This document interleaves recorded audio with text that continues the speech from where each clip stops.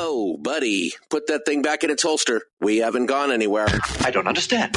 Check out the MichaelDukesShow.com for information on how to get access to the podcast. Welcome to the party, pal.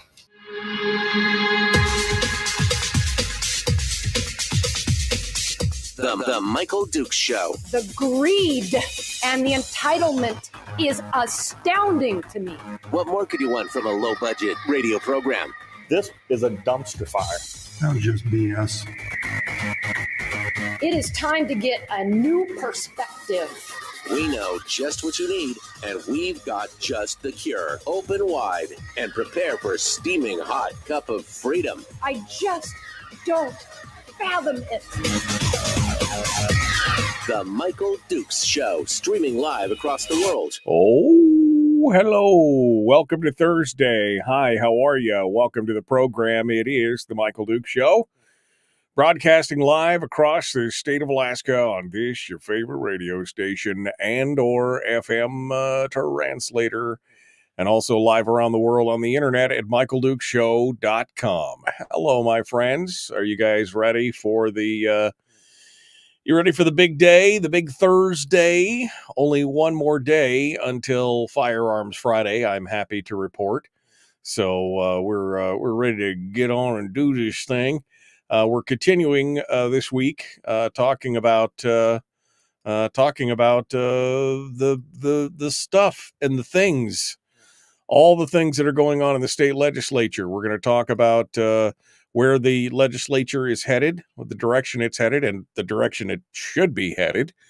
And we're doing so with candidates and other guests from now, well, mostly for the rest of the summer, as we get ready to dive into this election season. Now we know, and because I've been harping on it for a while now, we know that August 20th, the primary day, is going to be it's going to be for most races, with the exception of two House races and the race for U.S. Congress, really nothing more than a straw poll, right? I mean, it's really not, it's not going to mean anything because there's fewer than 4 candidates in those races. But it's still important. It's still important to get out there, to get your voice, get your voice heard. You need to go out and vote anyway. Just because, man, you don't want to not show up and not vote for some of the big offices, especially the vote for Congress this go around. But the real pedal is going to be to the metal after August 20th, before the general. And so we're trying to get as many folks in as we can who are running for reelection to talk about their candidacy.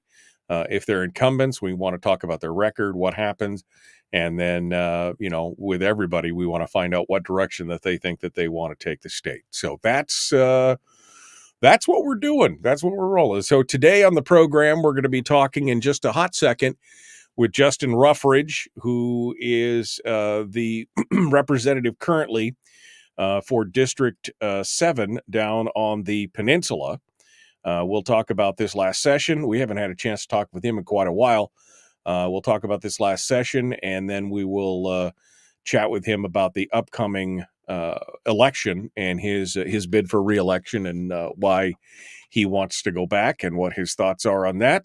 In hour 2, we'll get a chance to sit down with Senator Robb Myers, who's not up for reelection this time, but we're going to have some discussions with him about some of the big topics, including a little bit of budget realism. We're going to talk about the push by many, including Democrats, to apparently try to end oil production in the state. And then we're going to talk about the energy problem in South Central and LNG and the Jones Act, which is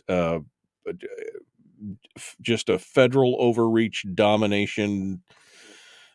It's just, it's horrific. Let's just put it that way. The Jones Act has been problematic since its very inception, and we'll talk about that in regards to LNG here on the program. But since we're ready to go here in hour 1, and I see that Justin Ruffridge is now sitting in the green room ready to go, we'll just jump in with both feet, shall we, and get things ready to rock and roll. Let's bring him on the program this morning, and we'll get started today. Good morning, sir. How are you? Hey, good morning, Michael. Doing well.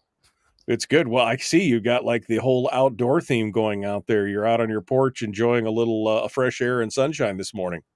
Well, it's actually a super beautiful morning here in Kenai, and since this show is at 6 a.m, I thought it best to sit outside to make sure that I was, refreshed and ready to, be awake and have a good conversation. Sure, and then keep all the kids and everybody else quiet. So it's the quietest place in the house, right? Just you and the wildlife outside. So That's right. That's good. Justin, well, it's been a little bit since we talked, and I will say first and foremost, I'm a little disappointed that I was never able to talk with you during the session. I tried to reach out to you several times and just was never able to connect with you. I would love to see you come back on the program a little more regularly, just so folks can check in to see how things are going. I know it's busy down there. I know you guys are working a lot of hours. I know there's a lot of things going on, but I would say that right off the bat. I'll give you my scolding for not touching base with me when I reach out to you, because we'd love to have more conversations, whether we agree or not on things. It's all, more conversation is always better than less conversation. Well, I certainly agree with you on that point. And I do apologize. I think we had some issues with communicating during session particularly, and I think you might have been trying to reach me on my cell phone. I got a text from you once about coming on the program, but it was in the evening time for the next morning, and I didn't get that until late at night. But no problem. Yeah, so I apologize for that. We'll clarify those lines of communication and make sure that we're going good, because I do enjoy conversations with everybody, and I'd like to see more of it. Well, since we haven't had a chance to talk since the whole session started and ended and went through and everything else, let's talk about the experience for you going down there, seeing how the sausage is made, so to speak. I think I asked the same question to Julie Colomb, because now you got a chance to actually go there and pull the curtain back and look behind the scenes and gasp and go, wow, that's really. Tell us a little bit about the process down here as you went through this. Give me your initial impressions here. Well, it was a certainly large learning experience. I will say that, and I don't know if you can see my additional gray hairs or what is. Did they pop right out? But it's yeah. I mean, I ran for office, I think, for a very specific reason, and that reason was I was concerned about the direction that our state was headed in. Mainly three main areas. The budget being one of them. I thought we had, a significant amount of work to do. I think I wrote on my website 2 years ago that we had dug ourselves into a hole over the course of many, many years, and we were going to need to take many, many years to dig ourselves back out of it. And I think I was pretty surprised, actually, by the depth of which sort of entrenched bureaucracy, entrenched politicians have sort of made decisions over the course of time that have maybe not been in the best interest of the state as a whole, particularly economically. And I think it's actually a much more difficult problem to solve than what I initially would have anticipated. I came from, a private sector background and having businesses and things in the state. And so really wanted to promote economic growth, particularly for small businesses, and have this be a state that people want to live and move their families to and stay and establish themselves here. And I think it was an eye-opening experience to me to see just how difficult it is to sort of climb back into the place where our state is going to be on sound fiscal footing, have a place where people can operate a business and have economic growth. So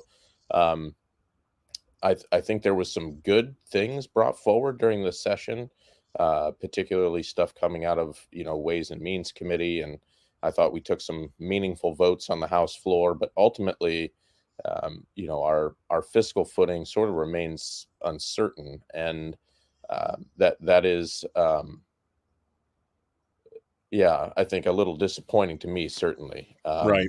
And um, but overall, a good experience. I think that there's a lot of good people there, people that mean well and are trying to do right for their communities. And I think it was certainly a pleasure to serve for 2 years, and a good learning experience. You talk about entrenched bureaucracy, and my point of view has always been that yes, that obviously there's a problem with entrenched bureaucracies across government. That's been one of my bugaboos when it comes to term limits. Is I hate to turn over some of that stuff over to entrenched bureaucracies, but I think that there's also, like as I said, from my point of view, kind of an entrenched political class, especially people who've been there a long time, and they have a specific point of view, and they kind of ramrod or run roughshod over other people in the direction because they know how the system works, and they know how to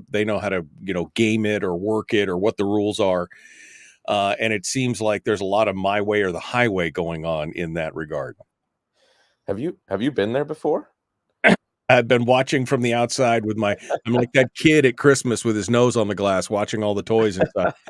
That's what I feel. Boy, you hit the nail on the head with that. When you talk about term limits, so that there was a bill introduced actually for introducing term limits, and just the idea of having some term limits for the state. And I think it does have its pros and cons, and you've just listed both of them, and I think you had it exactly right. You can either have some term limits and solve the problem that you just mentioned, which is the entrenched political class, or you allow this to sort of continue as is, and then you might have an entrenched bureaucracy. And so ultimately, I think people are going to have to decide which route they want to go with that.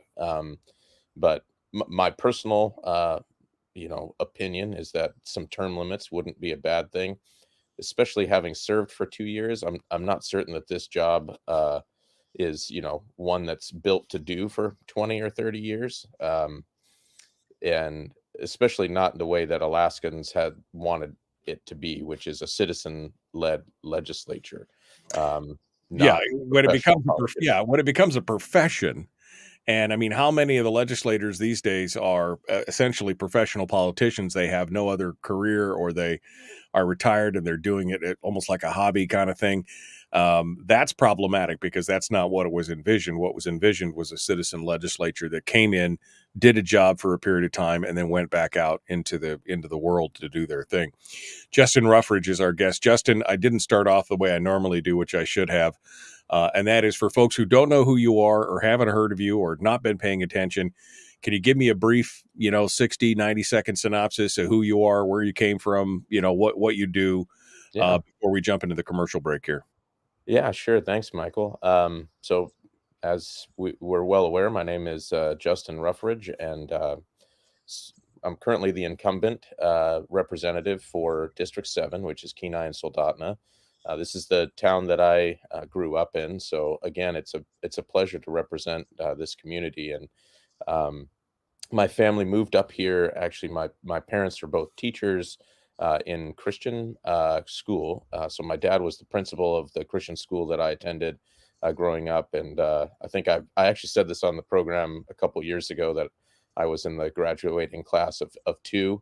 And so I grew up in a really small environment, a church school. And then I went away to college and went to Washington State University, and came back home as a pharmacist with a doctor of pharmacy degree. Married, beautiful wife, 2 kids, and been living on the Kenai ever since I graduated from school, and working at a pharmacy here locally.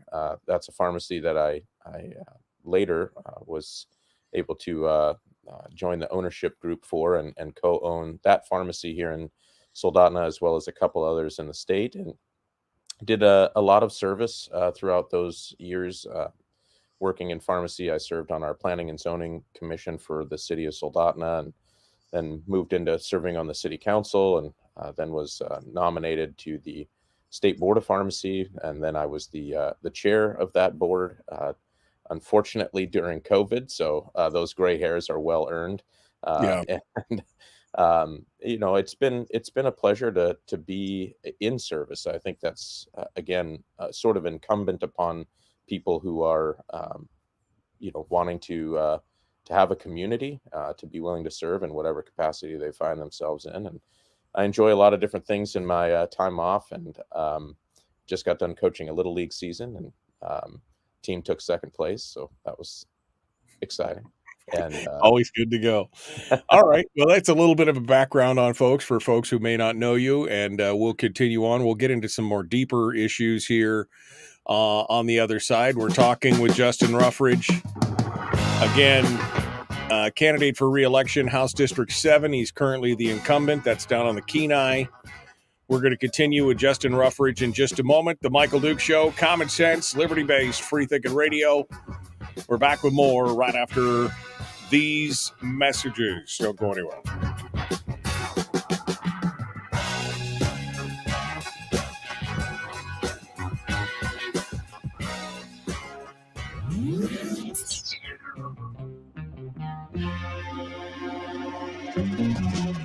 Running on 100% pure beard power. Oh, also some coffee. We dip our beard in coffee. Ha, nice beard. The Michael Duke Show.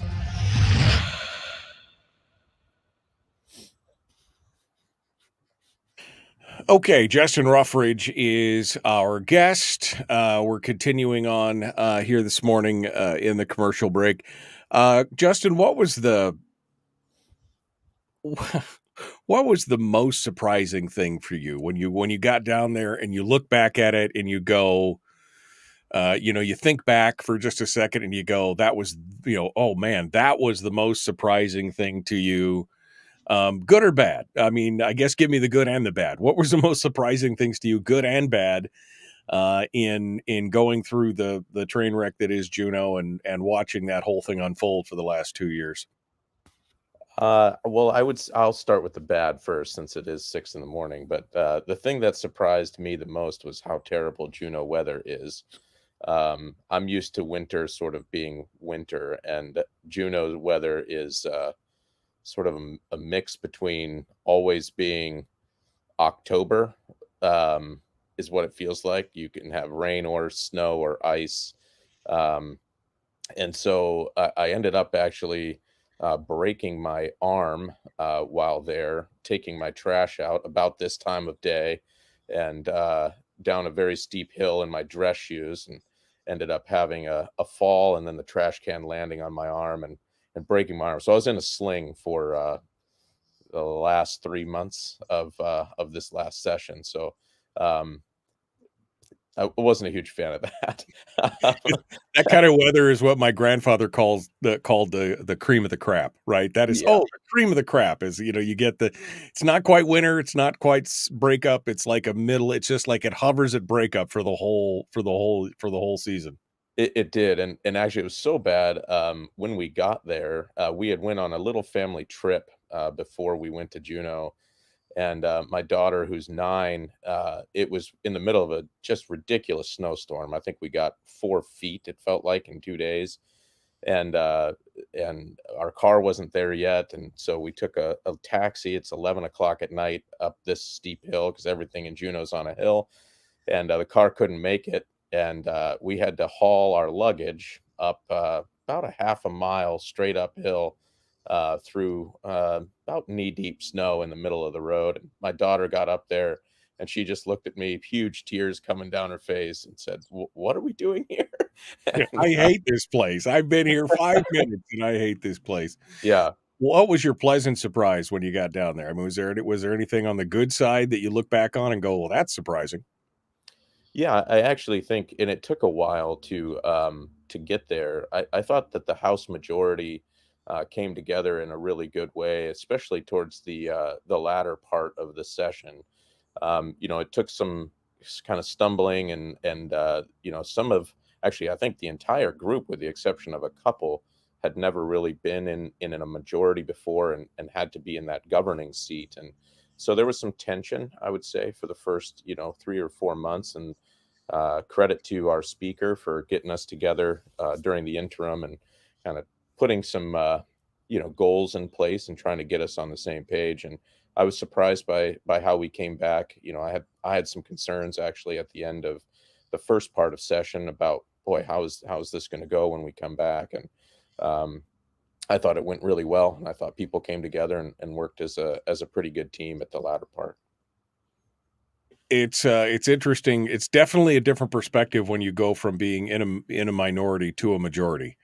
Almost as shocking as when you go from a majority into a minority, right? Because then you're like, well, wait a second, we can't run the bus now, and that's a problem.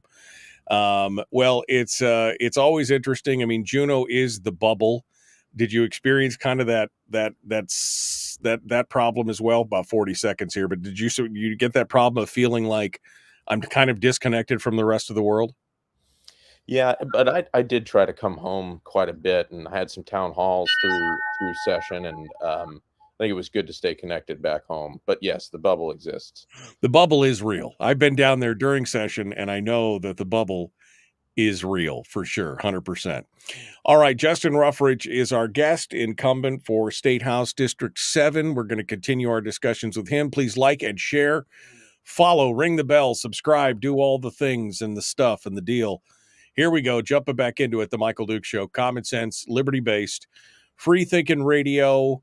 Don't forget, you can also check us out on the Common Sense Corps if you want to help support the show. You should do it. Here we go.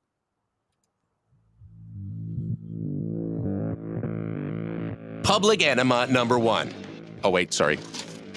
Enemy. Public enemy number one, which makes more sense.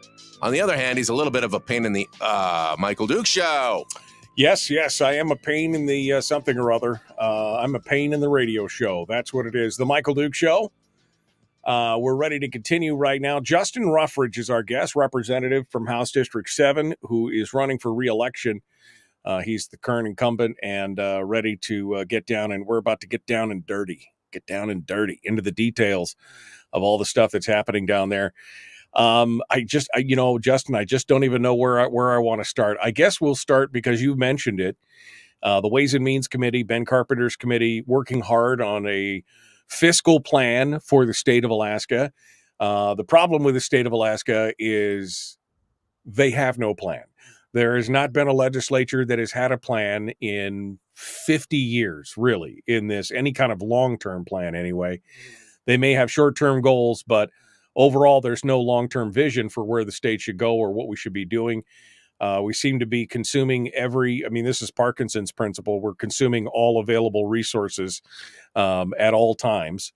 And I know Carpenter's push has been to enact what the Fiscal Policy Working Group put together, an 8 or 9 point plan that this very diverse group of people, left, right, center. I mean, everybody came together and unanimously said, we need to do this, but we need to do it holistically. We can't just do it piecemeal. We have to do it. Can't just do, we'll just do 1 or 2 of them. We have to do them all. And it's been, nothing has happened. There's been a lot of work tried to get something going on, spending caps, PFD enshrinement, a lot of other things, but not a single thing has happened. And that seems to me to be the problem with political will. What are your thoughts on a fiscal plan? Is it, as Gary Stevens said, just the 75-25? That's a fiscal plan? Or is it something deeper and bigger? And what's your thoughts on it? Boy, you are getting down there. I'm in the weeds today. Well, I think it's actually a really valid question. And I think this was, again, some of the things that you learned there. And I think I might disagree just a little bit with the fact that there is a lack of a legislative push, although that does exist, and I don't disagree fully with that. One of the things that I was surprised about and I think concerned about as a general idea with the fiscal plan is the legislature. So I'll go back for a second. We have, the 3 branches of government. I think everybody that listens to your show knows that. And our state is set up with a really strong administrator.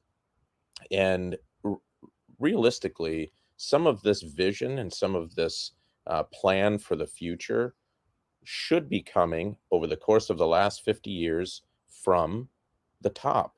You have to see the administration take a little bit of ownership to say, here is the vision for what I want to see Alaska do.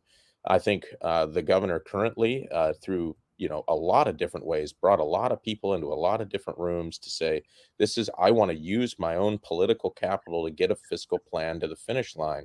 But then again, ran into some of those legislative roadblocks, like you said. And I think it takes a lot of people rowing in the same direction. And when you think that the 75-25 or whatever the PFD component is the solution to a fiscal plan, you're missing a whole bunch of things in there. The first thing you have to understand is we must check our spending. Spending is out of control, frankly, and in an inflationary economy where every single department is coming to you and saying it costs more to do what we were doing 5 years ago, there's a real need to have some check on that. The second component that's missing, if you're just going to talk about a 75-25 PFD being your fiscal plan, is the fact that our PFD right now isn't really sustainable in the way that we have produced it for the last almost decade. And you get down and look at some of the fiscal modeling that Ledge Finance gives you, stuff that our own OMB brought forward in these meetings with the governor's office. There's some projections that say that the current rate of spending, combined with the lack of earnings of the fund itself, could deplete the dividend itself in the course of the next 3 to 4 years. And I just think it's similar to the energy crisis, and I hate using that word, but it is becoming that in Cook Inlet. We actually have, I think, a very real need to act with some urgency, or our dividend is at risk. That was one of the reasons I supported HJR 7. I know that's probably a controversial thing for some listeners, but I think we have to put a dividend, not the formula, not the other component, but we have to just say a dividend is a thing that Alaskans must continue to have. It should be a constitutional thing. So that was the third element, is protecting the PFD. And then the fourth one is a revenue piece. And that's the one where everybody gets a little squirrely. Mm-hmm.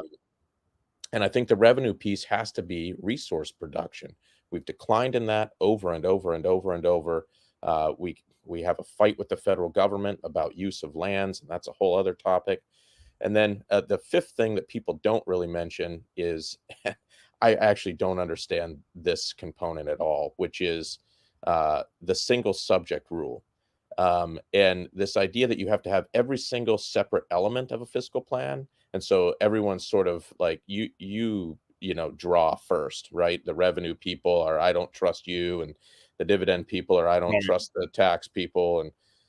And then you get to the end of session and we're dumping everything inside of bills and passing them in 24 hours. Well, I've never understood the single subject thing, because the single subject is a fiscal plan. Yeah. So, I mean, why it's like they take one definition for one thing, but then they get to the end and they dump it all into one bill. I mean, hell, the Senate put the capital but inside this is all. So if it's all budgets, right, on these turducken bills, why can't the fiscal plan be, this is a fiscal plan? Yes, it includes revenue. Yes, it includes a spending cap. Yes, it includes an enshrinement in some way. Yes, it includes all these things, but it is a fiscal policy bill. I do not understand this argument that it's not a single subject. No, and actually it's a huge barrier, I think, and gets used often as the excuse for why something doesn't pass. And I don't know. I've had a little experience under my belt now, and yeah. I think a fiscal plan as a comprehensive package is almost a necessity. Well, this goes back to the entrenched politicians who are utilizing the rules to stop things that they don't like, right? They understand them, they utilize them, they've got the horsepower and the political capital and the sway to make it happen. And I think that's probably what we're seeing in a lot of ways, is that kind of stuff. So you're a fan of the fiscal policy working group's overall plan of putting all those together holistically. The PFD, it's interesting that you say, the PFD is not sustainable in its current form. If it had been left alone and just continued to be a transfer, we wouldn't be having this conversation. The size and scope of government would be smaller because they wouldn't have drawn from that pot of money and grown government. And the problem is that we it's nearly impossible to get back to that. We talked about it yesterday. It's $800 million that they're taking out of the PFD. That's a hole that, you really can't fix that in a single year. I mean, if I was king for a day, I would do it just to watch the madness ensue, but it's just, you don't have the political will to fix it. So the PFD is part of the fiscal policy, the fiscal plan. But this year, we were consumed not really by the PFD. It was almost like for the first time in 6 or 7 years, it was kind of an afterthought. Instead, this year, we were consumed by education spending. And we had this narrative that went out there that somehow, if you guys didn't support this, you were killing children and puppies in the street, and it was horrible, and you hated people and butterflies and rainbows and everything else. And this narrative was picked up by every major news outlet in the state that somehow we had just flat funded education. We hadn't been spending enough on education. We hadn't, even though that was a lie. The BSA itself has been fairly flat over the last 7 years, but in 5 of those last 7 years, they had spent millions of dollars on education above the BSA. There'd been a 35% increase in the last 18 years in education spend alone. It's the second largest item in the budget. And we got to the end and people were still unhappy. So we know it's probably going to come back this next session. Give me your thoughts on the education spending and the BSA argument and all the falderall that went around that. Oh, boy. There was a lot there. I mean, SB 140, I think, consumed almost all the oxygen in the legislative session, even though it was essentially over by the end of February. And then I felt like it was, a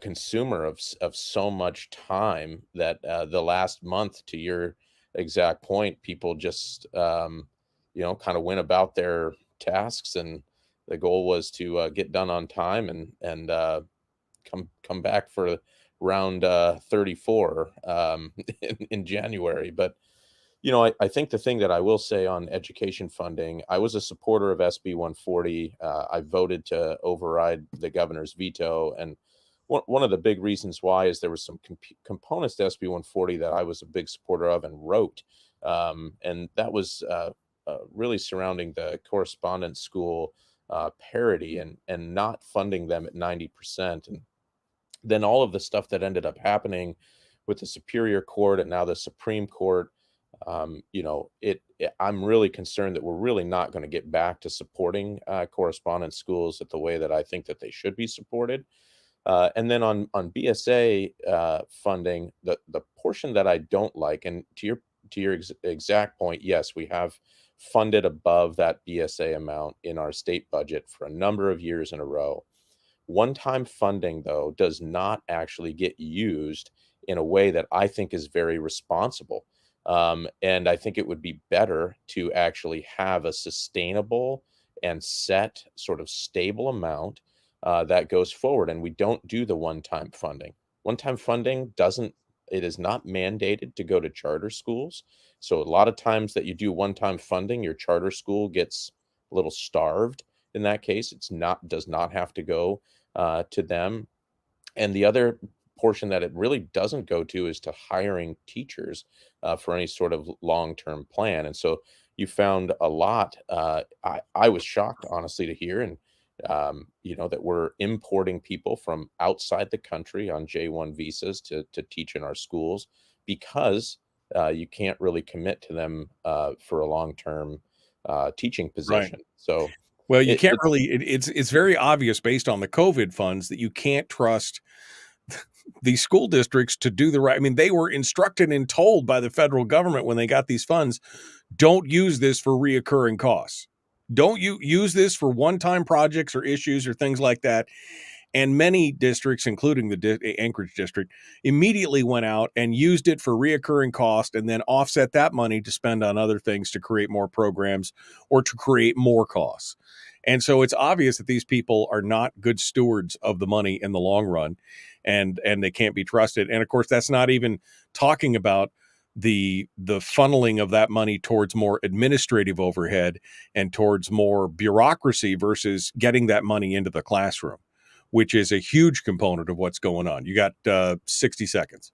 Yeah, well, I think that, we saw towards the end of session sort of that layers of bureaucracy, and it is very frustrating. We had letters sent from the U.S. Department of Education in regards to those COVID funds, telling our state Department of Education that they didn't use those funds the way that they should have. And now there needed to be some additional funds appropriated from general fund to, sort of bridge that gap. And it is layer on layer and layer, and everyone has their hands sort of in the cookie jar. And it takes a lot of work to unravel. It sure does. We're going to continue our discussion with Justin Ruffridge in just a moment. The Michael Duke Show continues. Common sense, liberty-based, free-thinking radio. We will continue with more right after this. Don't go anywhere.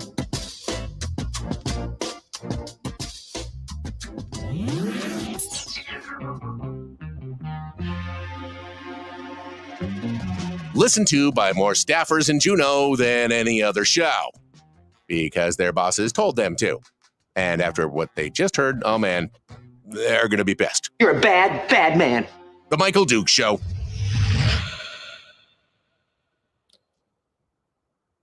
There's some truth to that. You're going to have to change that, Michael. It's not staffers anymore. It's AI. It's AI. Oh, AI is listening to the show and transcribing the show. Yeah. That's it. No longer have to have a staffer listen. You just turn the AI on and let it transcribe the show so they can read it at their leisure later on. Yep. I thought it was funny. I've had several legislators go, yeah, somebody handed me a transcript of me being on your show and they're chastising me for saying, I'm just like, oh my God, you people, if you just did the right thing, nobody would be upset with you. That's the thing.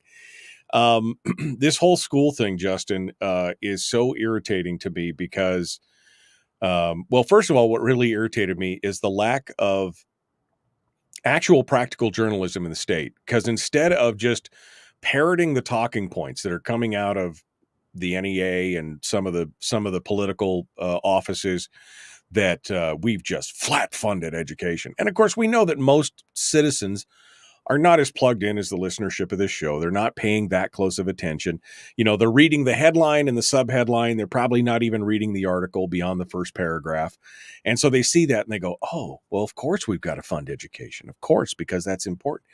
But no journalist is actually saying, well, wait, actually, although the BSA has been flat funded, they have had one-time funding here and this money over here and this money over here, and they're actually spending $22,000 per student in the state on average and yada, and yet we still end up in the lowest percentile of academic achievement and academic scoring, 48th, 49th. Oh, hey, wait, I'm sorry. Bob Griffin said we went up to 46th on, I think it was math. We went up to 46th on math. We've still got a 76% graduation. 1 in 4 is still failing out. And most of them still have to take remedial math to be able to get into a college math course. That's a serious problem. And nobody seems to be willing to say, yo, hey, we got a problem here. And it's obviously not a money problem at $2.4 billion. It's something is fundamentally flawed in the way that we're doing this. And I would like to see somebody take this up and say, whoa, we need to fix this. Well, we spent a fair amount of time on this subject in the Education Committee, and it's definitely a very complicated problem. I think one of the issues that we have in this state is just our geographic positioning. It is difficult. I mean, our Constitution, has us building a school in every community with 10 kids or more, and I think you saw the story of people asking someone to come move to their town with kids. so that they could get a school built. And So they could keep their school, right? That was the thing. That was so they could keep their school because they lost 2 students and all of a sudden they fell under the bridge. Yeah, and so there's some of those things just baked right into our statehood, and I think that education is very important. I mean, as I said in the introduction, we have my own parents are educators, but it is I think it's really important too to understand that there's a breadth of education, and I would be remiss if I didn't mention that we have great teachers in a lot of our schools, but we also have great parents that are homeschooling. I think the governor did a great job at promoting how well our charter schools are doing, and a lot of the reasons why charter schools I think are doing well is because they're focusing on some of the more sort of basic components of education, which is Right. an academic rigor and then some discipline that kind of comes along with that. But in many ways, a lot of that does begin at home. And I think some of this that we're seeing inside of our brick and mortar schools are indicators of a bigger societal issue, which is parents just aren't doing the parent thing. They're treating it like very well. Right. They're treating it like daycare. They're not treating it like an educational opportunity. And I mean, I agree with that. Would you support this concept of like backpack funding, where the money follows the child versus going directly to whatever school district they happen to live in, that the parents can then choose which direction to send the child? Well, I think that I've seen a few states that have done that, and I have some concerns with it. I support the overall concept. I think how that policy would be written would be really important to me. One of the big concerns I saw in some of the other states is that certain schools ended up just raising the cost of what it is to educate their kid. And so, a parent would say get an educational scholarship, as what Arizona does. And then, for certain high-end schools, the ones where your kid is, guaranteed a success, and have all the best teachers, well, parents are still having to spend an additional 10 grand on top of it. And that's concerning. Yeah, no, I mean, we don't want to see that kind of thing, but the idea that basically the people can have a choice of where to bring their children and give that, and let the market lead them to better opportunities. And I think David also says that charter schools do better because parents are involved and there are consequences for behavior, and the curriculum is focused. I think that's paraphrasing kind of what you were saying. Parents need to be involved. I mean, homeschooling is the ultimate parental involvement at that point, right? So, all right, we got to jump back in. Justin Ruffridge, our guest.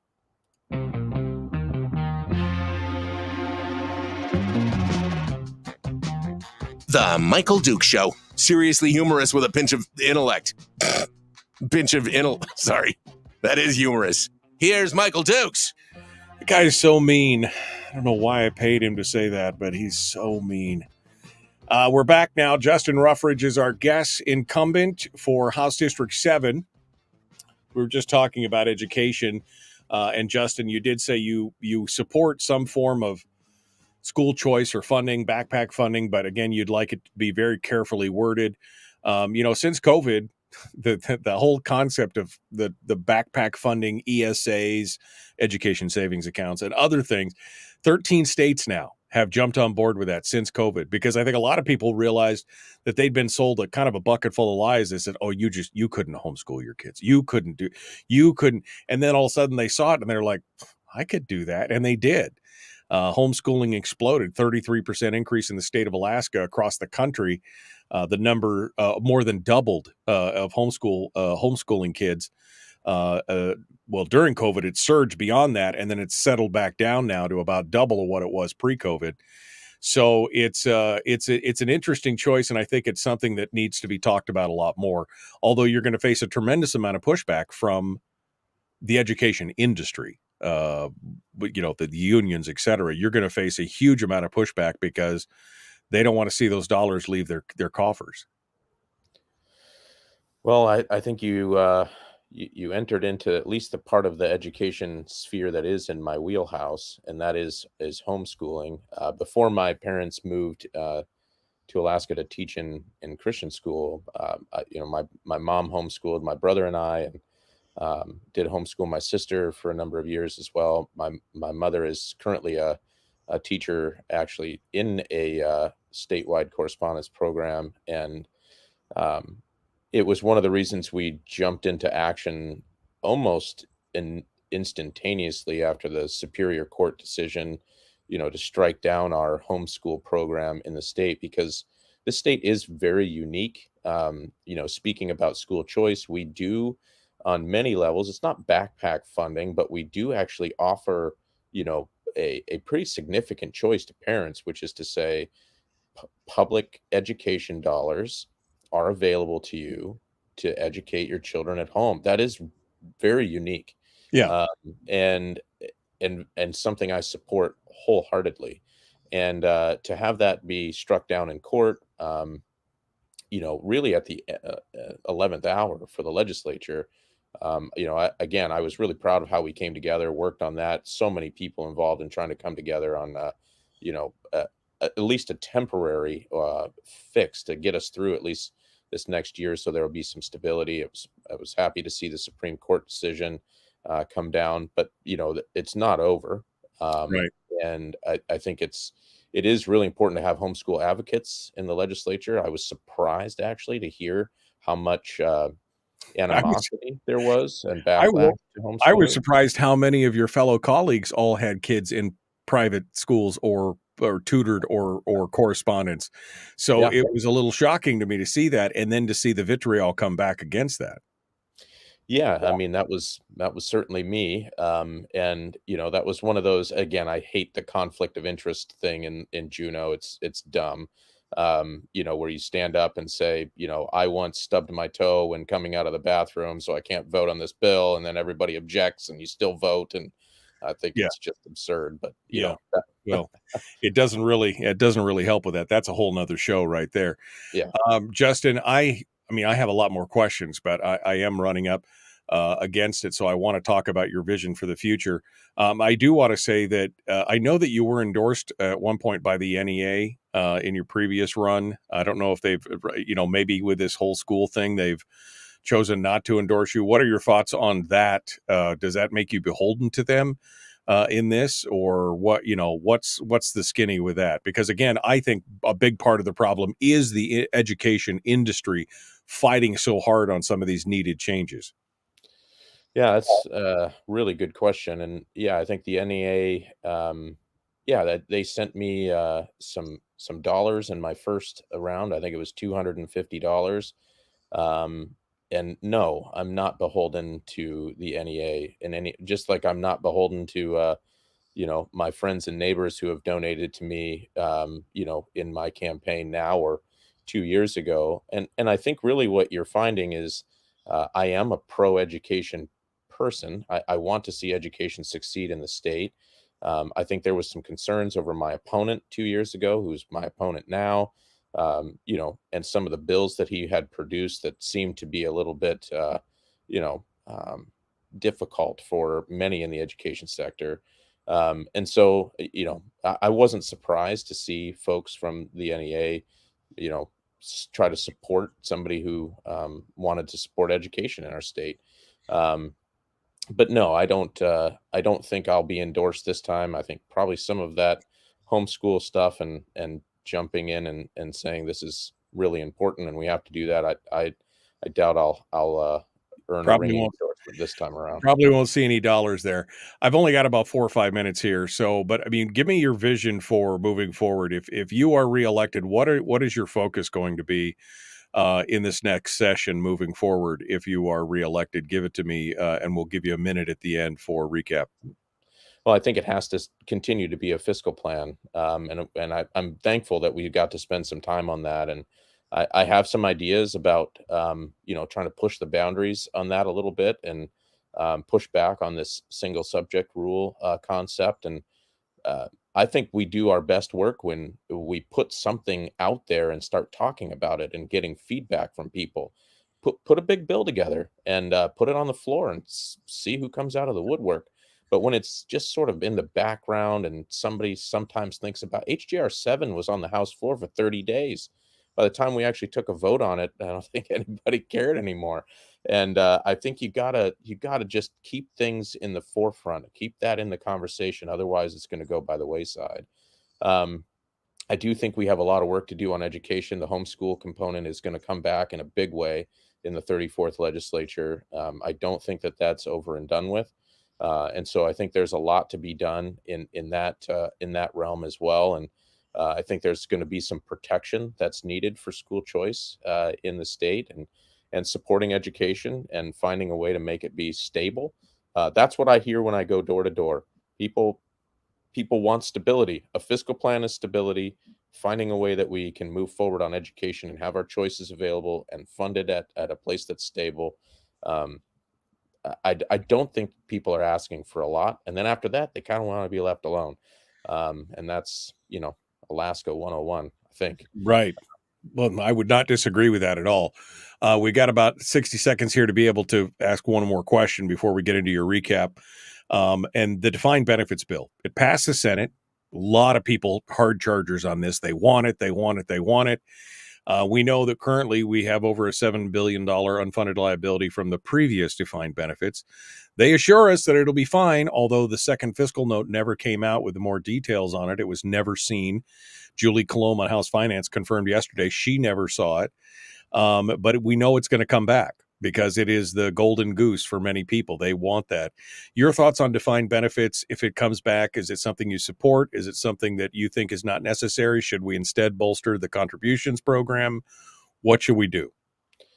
Well, I think the first thing we should do is have the conversation about why people can't get Social Security. And again, that's a whole nother, bucket of worms. But, that's one of the big issues I hear from people is, okay, I'm fine with the defined contribution, but the reason we don't get Social Security right now is because Social Security was worse than our original DB. And now, I think if you could have that conversation about returning to Social Security and eliminating that windfall provision, there would be an option there to have at least something that was, not just your DC plan. But for a lot of our public sector people, it's DC only. You get no Social Security at the end. It's a problem. Okay, final thoughts, Justin. Here about 45 seconds. Elevator pitch and how people find out more about you. Yeah, well, please go to voteruffridge.com. I got all my contact information out there. A lot of the things that we talked about on the show today are refreshed on the webpage, and appreciate you going there and checking that out. All my contact information is there. If you have questions, please email that to me. And again, Michael, appreciate your program. Always enjoy coming on with you. Sorry we didn't connect during session, and I'll try to do better at that. And thanks for a mild scolding. Appreciate. It was mild. You walked away from it without a bruise. Without a bruise. Yes. Hold the line for a second, folks. We're out of time. Robb Myers up next. The Michael Duke Show.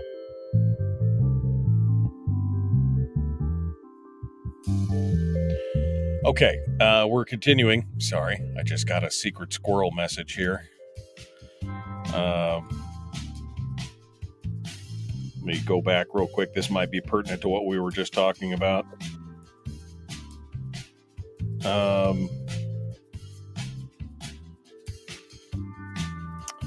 DB fiscal note, I'm being told, 1.1 billion over 14 years did come out. State Affairs had a hearing on it. The guys from Reason Foundation were invited to the hearing and presented alternative calculations. But I thought, and I knew about that one, but I thought that there was a secondary one that was supposed to come out with more details. But still, we're adding $1 billion. We're already adding so much money. Justin, I wanted to give you one final bite at the apple. If there's something we didn't touch on that we should have, or anything else, it's just you and me and 60 of our closest friends on the internet, and however many thousands listen on the podcast later on. So I just wanted to give you a final bite. If there's something that we didn't hit on or something you want to, extend on, this is your time to do it. Well, it's certainly if I come back on the program, which I hope I do at some point between now and November, it'd be great to talk about energy. I think we spent a lot of time during this legislative session talking about that, and I don't think we really, that was an area I think we could have done better on, and it wasn't any part of the committees that I was on. I wasn't really on resources or energy or any of those, and I just know that we have a pretty high chance at the moment of having to import liquid natural gas from another country to have our energy needs met in the state until we have some other solution presented. And that is deeply disappointing to me that we would find ourselves in that position. And I think it's really going to be an important thing to discuss, especially in this election cycle. And I think our ability to develop our own resources, and I Yeah. was shocked at the barriers to developing resources, and the fact that we've actually had plans for cheap energy for long term in Alaska through a combination of hydro products and natural gas. We've even had geothermal put into there, and yet for some reason, a lot of our energy production that's new or coming online is wind and solar, non-firm power in a state that the sun doesn't shine in half of it for half the year. It's something we've gone off the Right. rails there in energy, and I think we got to fix that. I think Jeannie summates my thoughts on that right out. She says micronuclear, done. I mean, yeah, why aren't we talking about that? Or hydro. I mean, hydro is the cheapest, most long-term sustainable energy in the history of the world. Why are we not? I mean, Hoover Dam is over 100 years old, still producing the cheapest power in the entire Western United States. Why are we not talking more about that? It's crazy. Well, actually, we're talking about the opposite. We're talking about taking Eklutna Yeah. offline, Yeah. and No, yeah, no thanks. it's very frustrating to say. I you know what? I was going to talk about this after you left, but I'm going to talk about it now because Kim says, go ahead, Justin, blame the parents. I find that to be a very, well, I think it's disingenuous because nowhere did you blame any parents. You said parental involvement is important. I don't think that means I'm infuriated when this kind of stuff comes up where they immediately say, you mentioned one thing and then you say, oh, you're blaming. I will say, you and I disagree on several things. And, I did scold you at the beginning of the program for not keeping in contact with us or talking with us. But at the same time, I think that is an unfair characterization of what you said and what many people have said, because people have said that before in the show and they get the same kind of comment. Look, parental involvement is a huge component of education. And if we don't get the parents involved, if they choose not to be involved, and like I said, many parents are treating it like daycare. I think parents are the problem in a lot of these issues. Maybe not the biggest problem, but a lot of the problem for sure. And so, again, I think Joseph, he comes to the rescue as well and says, are you suggesting parents aren't at fault? Parental involvement is a huge component of education. Justin, I'll give you the final word here. Well, I think, I am the product of parental involvement. I think I said this on the record during a House Finance meeting on a bill that I was running on correspondence. It was HB 400, some of that language that we talked about earlier in the program. And if it was not for my mom sitting down with me, one of the things we did, and I hated them in first grade, in kindergarten, second grade, flashcards. I don't even think a kid knows what a flashcard is anymore. But I would actually do homeschool. Then I would, after homeschool, we'd take like break or whatever, and then she'd say, "Now it's time for flashcards." And I can tell you what, I certainly know what 6 times 8 is, very quick, very quickly, because, Yeah, and I can still see the flashcard in my brain because she right. took such a big No, investment in my education. it's a huge component. And like I said, the ultimate expression of parental involvement is homeschooling. That's pretty much it right there. So I don't know. I just hate that kind of thing. I hate that kind of argument that, oh, somebody mentioned something, so now they're blaming. It's not blame. It's just saying it's part of the problem. All right. I'll let you go. Again, voteruffridge.com. Is that right? Yes, sir. All right. Thank you, Justin, for coming on board. We will have you on before November, Thank you. for sure. I'm trying to convince your opponent to have a debate live on the air. That would be a fun thing to do. We should do that as well, and we'll see if we can get that. Would you agree to that if I was able to put that together? Oh, absolutely. I actually, I don't know if you remember 2 years ago, but I begged to have. I love talking policy, and I'm Yeah. fine with disagreeing too. I All think right. that's okay. That's part of it. So Well, let's. absolutely. I gotta go. So thank you so much, Justin. Appreciate you being part of it. Yep. All right, Robb Myers is waiting in the wings. We gotta go. The Michael Duke Show, Common Sense Radio.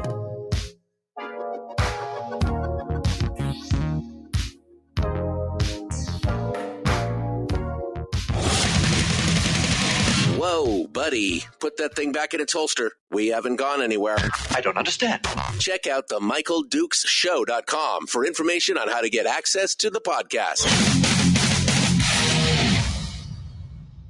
Welcome to the party, pal.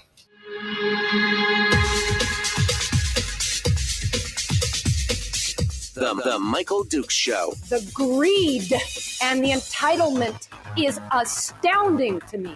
What more could you want from a low-budget radio program? This is a dumpster fire. That's just BS. It is time to get a new perspective. We know just what you need, and we've got just the cure. Open wide and prepare for a steaming hot cup of freedom. I just don't fathom it. The Michael Dukes Show, streaming live across the world. Live around the world on the internet at michaeldukeshow.com and across the state of Alaska on this your favorite radio station and or FM translator. Good morning and welcome to hour 2 of the big radio program. We just finished up literally 15 seconds ago with Justin Ruffridge. It was a long, drawn-out conversation afterwards. Lots of good stuff. Again, I want to try and get him back on the program so we can dig deeper on some of these issues and some of these topics. And we will have him back on before the general in November. As I said, I'm trying to put together a debate between he and Ron Gillum. I'd love to see that. I think it would be a good opportunity to see the differences in the candidates and things like that. We'll see if that comes about. Meanwhile, we're continuing now in hour 2 with he's a non-candidate this go around because his seat is not up for reelection, but we love talking to him. Somebody just said, "Oh God, first a pharmacist, now a trucker." Yes, a trucker with a brain of gold. Robb Myers joins us this morning to talk about, the state of the state, some realism in the budgets, the oil production and LNG and the Jones Act. It's a big topic of conversation. Let's get into it with Robb Myers. Good morning, my friend. How are you doing out of Juneau? You feeling better? You get a little bit of a recharge? What's going on? Definitely not a recharge. I got home at 1:30 this morning, coming back from the slope. So we're running on about the same amount of sleep today. That's fantastic. Good. This will be great radio. Don't worry about it. It sounds lovely, Michael. Yeah, it is. Well, you're back at it, making it happen, and that's good, Robb. I know that we've had lots of conversations. You're a regular on the program, and I appreciate you coming on because you always bring an interesting perspective.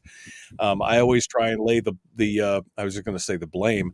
I always try and lay the credit at your feet of the of kind of that ideology of the separation of the public and the private economy and what that's done. Because you were the first person to really bring that up to me, and it made a lot of sense. You're somebody who's very thoughtful and thinks a lot about these things and dives into the details of it, and so I appreciate your thoughts and commentary on it. But let's get started for today. Today we're going to talk about again those 3 topics. So let's talk about realism and being realistic in budgets. Let's get started there because we got these 3 topics. So what is budget realism to you, and how are we scoring on that scorecard? So we talked about this a little bit. I think the last time that we chatted, a week or so before the end of session, kind of talking about with our current budget, where is this leading? And, you and Brad have gone off on certain portions of that, with the 10-year forecast and stuff like that. And I'll freely admit, I have not yet had a chance to recheck these numbers since the vetoes came out a week and a half ago. But, I just kind of putting together little bits and pieces here and there. So the information that we got from Ledge Finance, a week or 2 before the end of session, was that if our budget kept growing at inflation, that would give us a deficit by about 2027 that would be filled likely either by drastically cutting the capital budget, by cutting roughly 200 million UGF out of the currently roughly 360 million in there. And yes, that's gone down since the vetoes. I haven't done the math yet. Sorry. Or alternately, the POMV draw, instead of 25% of the POMV draw going to the PFD, it would be 11% of the POMV draw going to the PFD, and the other 89% going to government. Because, I'm not even throwing the operating budget in there, because we've seen what happens when you try to actually cut the operating budget and make that work around here. So my question on that regard is whether or not, that's a bad enough situation as it is. My question on that regard is whether or not we're actually going to stick to growing by inflation, because there's a lot of pieces in there that I don't think we're really taking into account yet.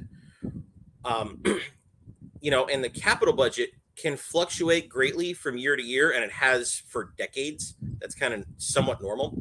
But that big of a cut means that not only are we talking about getting rid of all of, the discretionary spending, hey, everybody gets $10 million for their district kind of thing, but we're also going to be endangering our STIP match. That's the 10% match that we throw in with the feds to get that federal transportation money, which honestly is the biggest part of our capital budget. And we're even endangering the GRIP match, which you may have, I think we talked about this a little bit, and I think you talked about it a couple times with other guests throughout the session, which is the feds gave us $206 million, but it's to upgrade our electrical intertie, but it's a 1-to-1 match. So we have to throw in $206 million too. All we threw in this year was $32 million. And the Fed said, that's fine. We can, make up that $206 million over time. We don't have to do it in 1 year, but we don't get $1 from them until we put $1 in.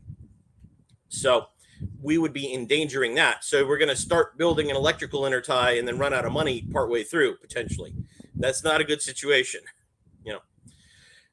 Other portions of it, I don't think that we have brought into that we've really been talking about a whole lot yet is, for example, we've been backfilling with ARPA money from the feds for a while now. That a lot of that ARPA money came out in 2021.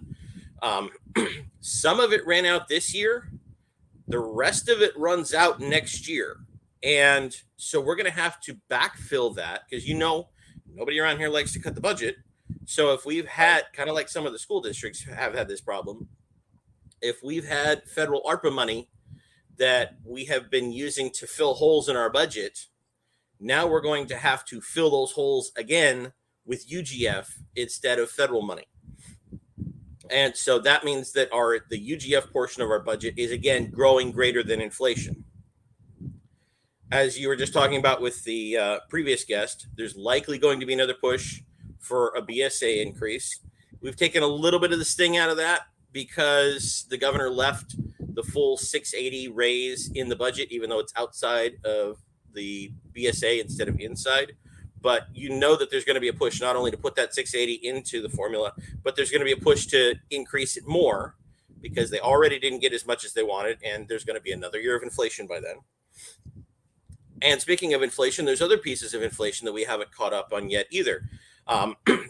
One example, just in the last week of the session, we had a labor contract come through that covers the DOT workers in the state. It gave them a 14% raise this year and a 5% raise next year. And I'm not saying those guys don't deserve it, because they definitely do. And it's my understanding that even with those raises, the city of Fairbanks still pays them more to do the same job. And you don't have to spend 2 weeks up on a haul road, as one example. So that is I'm just using that as one example of a raise that we needed to give our employees. And remember that our employee costs are the largest driver of what happens in our budget. Right. So we had to hand out one raise That's a pretty substantial one. That is a whole lot higher than this year's inflation because we're catching up from the previous year's inflation. And I know there's going to have to be a couple, 3 more of those over the next year or two. So I'm looking at this and saying, okay, if we're talking about by 2027, 2028, we're dropping to only 11% of the POMV going to the PFD. You take all those other pieces into account. Are we really going to only 11%? Or are we talking a lot lower? Are we talking really shrinking the capital budget down? Let's be realistic about our plan out. The next few years, I don't think we're growing by just inflation. Well, and the realism also comes back because it butts against the constitutional mandate that the capital budget's supposed to be a third of the total budget, right? I mean, that we haven't followed that in decades, I don't think. I mean, that got put in as part of the spending cap back in the early 80s. And I know, I mean, I hate it. I hate saying it, but I don't think we've said that. I don't think we've actually followed that in years. Now, if you count the federal money, we actually got kind of close to that because the operating budget, it's probably about a quarter. Because the operating budget was $12 billion and change once you include all the different buckets of money, not just the UGF. And the capital budget, once you include all the buckets of money, was $3 billion and change, something like that. But yeah, we haven't followed that, that rule of thumb of 1/3 of the budget, it should be capital in decades. Yeah. I mean, the Constitution, what does that matter? Right. I mean, what does that matter? Statutes, Constitution, we just do what we want to do. And as you said, you're not even talking about the operating budget because every time, somebody immediately has an aneurysm if you start talking about it. I mean, you guys were trying to cut unfilled positions that have been unfilled for years. And they said, well, it's not a real thing. What? It's not a real. Yeah. The most obvious example. So we talked about this the last time we spoke was, I tried 2 amendments on the Senate floor to try to cut some unfilled positions. One cut positions that have been open since January 1 of 2022. So, almost a year and a half now. Well, almost a year and a half time. Now it's definitely a year and a half. And it was $50 million. And they said, nope, doesn't exist. And then I tried another one that would cut everything that was open since January of 2020. We had one position, I don't remember what department it was in off the top of my head. We had one position that has been unopened, but still on the book, or that has been open, but still on the books since 2014. You got a position on the books that we've been funding, but has not had a person in that position for 10 years. And somehow we can't cut this out of our budget? This makes zero sense. Because it doesn't exist, which I'm still trying to explain that to me, Pedro, in small words, because obviously I don't understand. What do you mean it doesn't exist? We sign a check to it. That means it exists. And of course, the one thing you didn't even factor in, talking about, the budgets being realistic and the rate of inflation, is that if you guys did nothing, if they locked down the Capitol at, they had a session-long bomb threat. Nobody could go into the Capitol. Nothing could happen. The budget will automatically increase by $100 to $150 million anyway, just with the built-in escalators that are in it now. So, right, and a lot of that's coming out of our labor contracts. Because like most labor contracts, they get a couple % year raise every year. We deal with 8 different union contracts in this state on a rotating basis. They're all on a 3-year cycle. And so every year, 2 or 3 of them are up. And then you factor in, we're also, buying, let's call it computers and office equipment. And then, the DOT is buying, asphalt and different pieces like that, new equipment for the snowplow fleet. I just pick on DOT because that's my bailiwick, nothing against them. All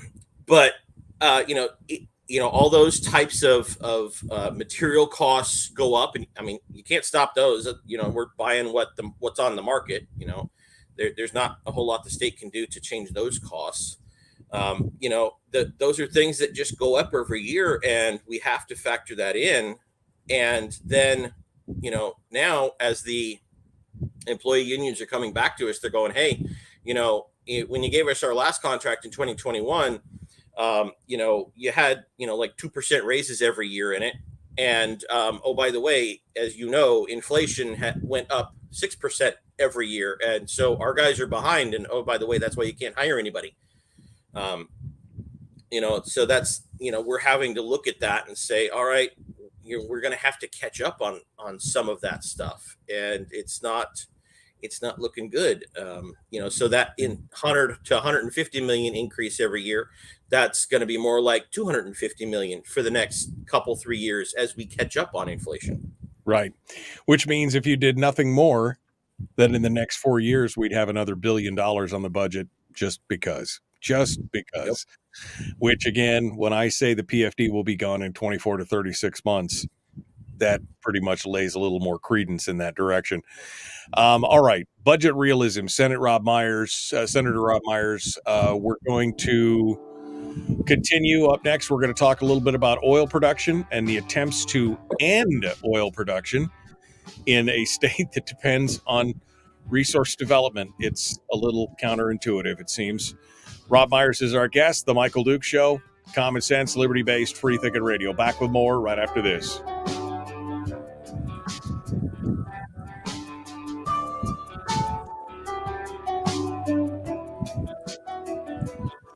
We're broadcasting live through a series of tubes, Allowing all of these entities to provide streaming stuff going on the internet. well, it's kind of hard to explain. Sorry. Streaming live every weekday morning on Facebook Live and MichaelDukesShow.com.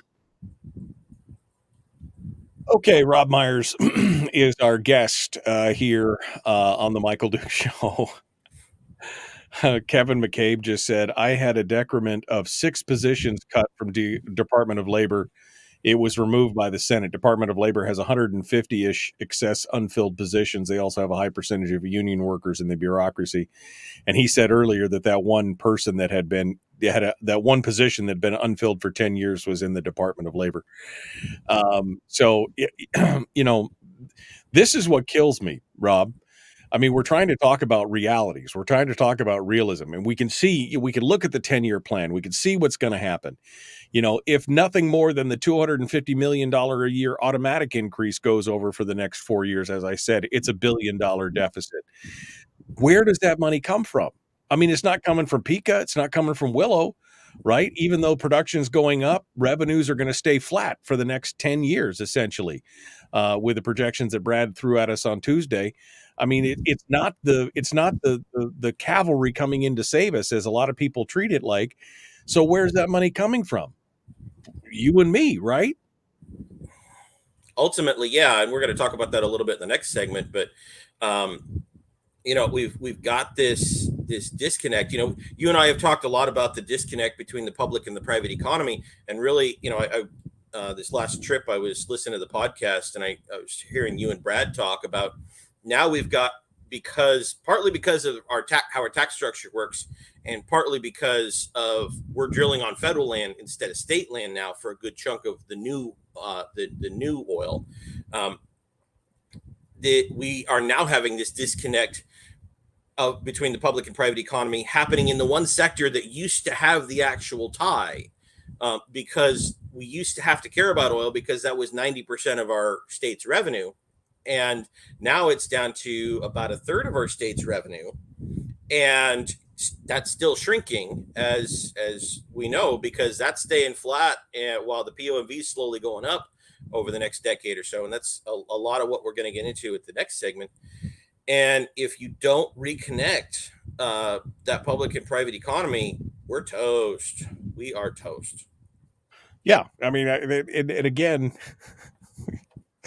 I mean, I hate to do it, but I'm going to use the train again. We can see the bridge is out. Somebody grab the brake handle, please.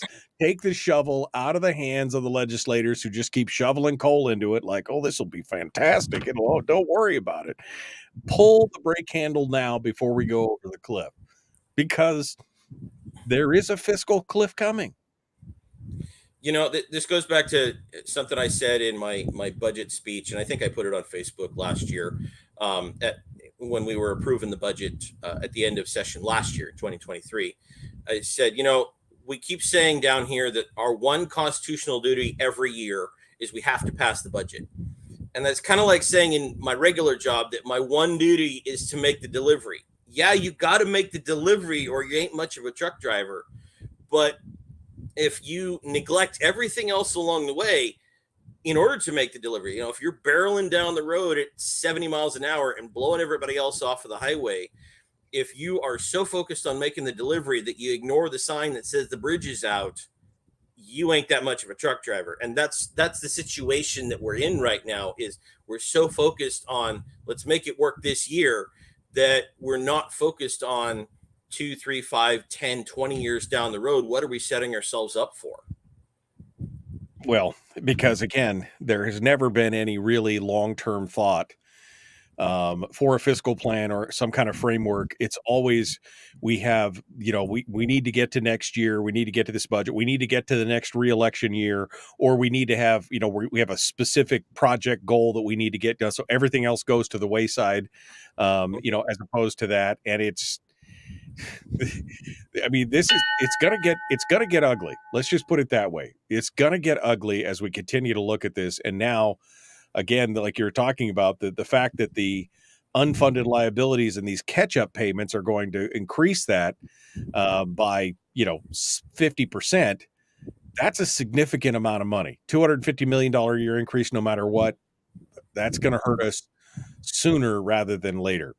Robb Myers is our guest. We're going to continue here. Oil production is our next topic. The Michael Duke Show, common sense, liberty-based, free thinking radio. Here we go. The Michael Duke Show. Not your daddy. Wait, sorry. Not your daddy? Ooh, not your daddy's talk radio. Whew. I was scared for a second. Thought we were going down. Here's Michael Dukes and the show. All right, we're continuing now. Robb Myers is our guest. We're talking, he's got his big three topics for the week. It's the second weekly top three. We just talked a little bit about realistic budget realism, which doesn't exist. That and all those employees positions, they don't exist. So don't worry about it. Budget realism. The second topic is the attempt by many, apparently on the left side of the aisle, to reduce or stop oil production in the state of Alaska. That's your topic. Give it to us, Rob. What's going on here? Give us the rundown. So I believe you covered this about a month ago. It was in Must Read. It had a short article on it. At the end of May, the Democrats met in Juneau for their party convention. The Republicans had met in April in Anchorage. And as part of their platform, they put in that they want to end oil production in Alaska. They didn't put a timeline on it, but they just said, we need to end oil production in Alaska. And while the National Democrats have had this in there for a while, this is the first time that the Alaska State Democrats have put it in there. And obviously that would be horrible for our economy. Oil is the biggest piece of our private economy, at least in dollar figure terms. And, it's unlikely that we're going to be able to switch off using oil in the state anytime soon. So if you waved a magic wand and ended oil production, most likely would just mean we ship up, more gasoline out of Cherry Point, Washington, or, we ship in tankers of crude out of Saudi Arabia or something like that. But here's the scary part. It actually might work for our budget, for our state budget. Okay. So let's start with the budget that we just passed and the vetoes. I did factor the vetoes into this one, and assume no oil revenue. So no royalties, no production tax, no corporate income tax, etc. And let's also assume that the entire POMV draw goes to paying for government. So no PFD. Okay. So after the vetoes, that would leave us a hole in our current budget of about $1.1 billion. That sounds pretty big. But hold that thought. We've had Brad tell us for a few years now, and I don't know if he's updated his numbers in the last couple of years with inflation, but we had Brad tell us a few years ago that a 4% flat income tax would bring in approximately $1 billion. This past year, Ben Carpenter proposed a 2% sales tax, pretty small, 2% sales tax that was estimated to bring in just over $900 million. So either of those options comes really close to filling that $1.1 billion gap. We've talked a lot, you and I, about how a broad-based tax is one way to reconnect the government to the economy. But in this scenario, it might not have that effect. It might actually make it worse. So think about it this way. We shut down oil. The state brings in money through the permanent fund investments and through federal funds. The state spends that money, and the Fed spends some money through employees and contractors and just, straight out handouts, things like that. And that money then continues to circulate throughout the economy through the things that those employees and contractors spend money on. Okay. Then the state backfills the hole in the budget with an income tax from the same people they just paid the budget money to. Okay. Nothing has to be actually produced. We don't actually have to be productive in our economy anymore. We wouldn't need a real state economy. We would be this fully self-contained system, funded by the government and its slush fund, its trust fund. And that's the biggest self-licking ice cream cone that you can think of. And so, to my mind, what that does is that just illustrates to me how screwed up our economy and our government are, that we are that close to that situation, to that actually working. And obviously, oil production isn't going to end tomorrow. If the Democrats did get their way, it would still take, 5, 10, 15 years for oil production to actually end. So it's not flipping the light switch tomorrow, but that's how close we are already. And so one of my suggestions is that if you want oil drilling to continue in this state, or you want other resource development to continue in the state, you need to advocate for the PFD to continue, to not all be funneled to government, to stop them from trying to use it as replacement for oil revenue and be fine with the declining oil industry or declining resource production in general. Because as soon as we have that permanent fund large enough that the permanent fund plus a small broad-based tax together, or even just the permanent fund itself, can fund all of the economy, can fund all of the government, our economy's toast. We will have completely and totally severed that link, any sort of a link, and it's pretty tenuous as it is, between the public and the private economy. And if you don't, unless you want a government job, or you're willing to, work in some sort of a service sector that's primarily going to service government workers, you want to be an auto mechanic, that's fine. Just recognize that all your customers are going to be government employees. Right. Then that's what we're going to be left with in terms of an economy in this state. Right. And, I know that people, right off the bat, somebody's going to go, well, if you cut the economy that bad, then, they're not going to pull in as much money from a sales tax or an income tax. That's true. But if you cut the economy that much, you're also going to have fewer people here drawing on services.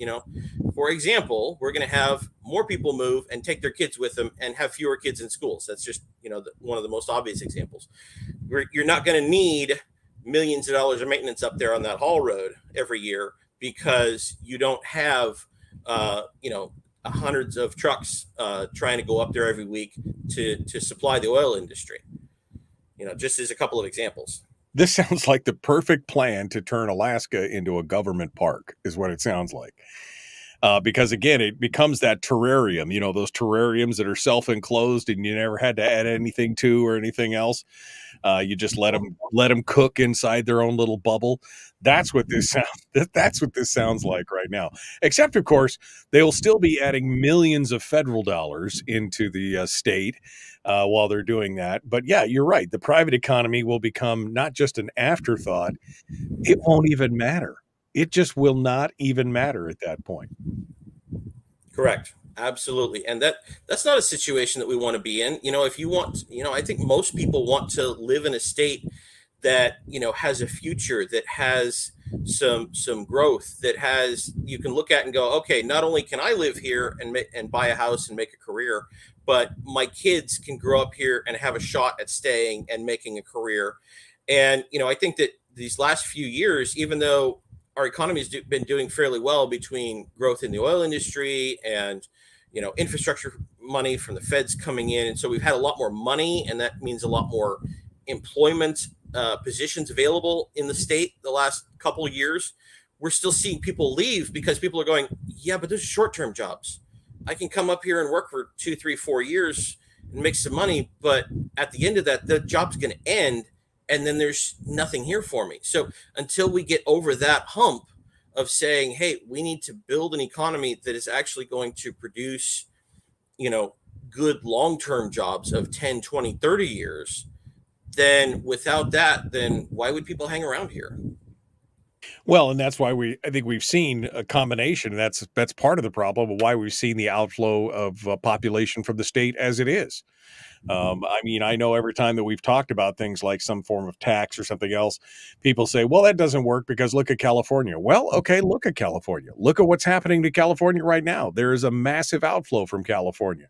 There's a massive influx to Texas from people from California and New York and other places who are fleeing those higher tax jurisdictions because they can't make it. So eventually, that's what'll happen is you're right, the population will stabilize in the state, but essentially it'll be made up primarily a vast majority of government workers, and the private industry will all about servicing those workers. That'll be it. There won't be anything beyond that. Yeah, exactly. And that's the situation we're going to be in, and you talk about the difference between Texas and California. I think there's two major differences there. One is that Texas's tax policy, if you look at it, is highly targeted. It gets targeted at folks on the upper end of the income scale. It's targeted at heavy property taxes, things like that. Whereas a place like Texas and Florida, yeah, they've got taxes. That's how they run government. But it's a lot lower, broader base. They try to include, a little bit of everything. They try not to target. And the other difference, I think, is there's a difference between kind of a static mindset and a growth mindset. California, outside of the taxes side of it, you start looking at like the regulations and stuff like that. California is all about protecting what they have and their mindset in how the state government works. Whereas Texas and Florida, their mindset is, how do we grow more of what we have? How do we build on our success? And, right. That leads to a very different situation. And I am very much worried in Alaska that even though we don't currently have a broad-based tax, we are definitely falling into that, how do we protect what we have mindset? And the problem is that the minute that you stop growing is the minute that you start dying. So you have to focus on, how do we grow? How do we move forward into the future? You can't just say, how do we protect what we have? Because that's the minute that you stop moving forward. Whoop, did I lose you there for a second? Stop moving forward, I think, is what you finished up with there. You locked up for a second. So, Robb Myers. Yeah, if you stop moving forward, you start moving backward. Yeah, and that's 100% true. And I think Brian in the chat room, he mentions broad-based. That's the key. It has to be broad-based. It can't be targeted. You can't punish people specifically who are making a large income or people who are making a small income. Here in Alaska, we're penalizing the lower, 80%, 70%. In other states, they're punishing the top 5%. You can't do, it's got to be a broad-based if it's going to be. That's how it's got to work out. Final thoughts here real quick on the on this, Rob. I mean, this would be disastrous for the state. We just know that. And there's no way to offset. It would, the cost of living would skyrocket if we didn't have our own oil, if we didn't have access to that. But final thoughts on this before we go to break. Final thought is that anybody in the business community has to take this into account. It's easy to say we're going to use the permanent fund so I can avoid being taxed. But the problem with that is, and it applies to the oil industry, it applies to everybody else. If you do that in the long run, it means that the state government doesn't need you. That's the problem. Robb Myers is our guest. We will continue here in just a moment. We got, wow, one final segment. We already got through two. I can't believe that. One final segment of the show. And we're going to be talking about LNG and the Jones Act, the most pernicious piece of legislation that's probably ever come out of Congress. All right, we'll be back with more of the Michael Duke Show. Common sense, liberty-based, free thinking radio.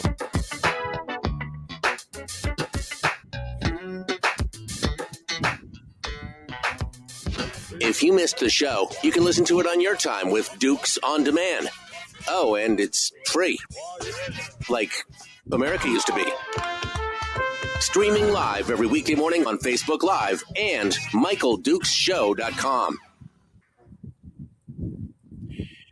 Okay, Robb Myers is our guest.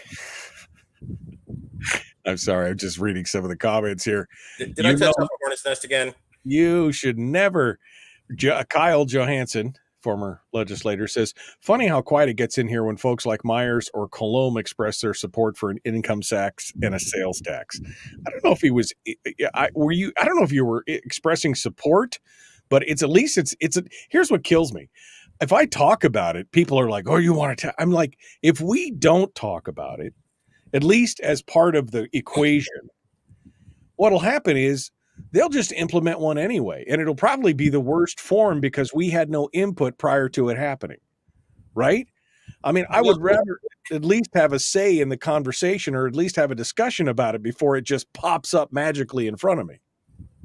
I mean, that's part of it, yeah, because we know what happens when things go into crisis mode. We make bad decisions, and we end up with a lot worse of a situation than we could have had if we actually sat down and talked about things deliberately when we had time to talk about it deliberately. But the way I look at it is, do you want your state government to look at you as a productive citizen, or do you want your state government to look at you as a cost? Because that's going to lead to a very different set of actions from your state government. And right now, the state of Alaska views us all as a cost. Mm-hmm. Yeah. No, and it is. And Kim, Kim, I agree. Kim just said taxes are inevitable. I mean, at this point on the trajectory that we're on right now, I think that's a true statement.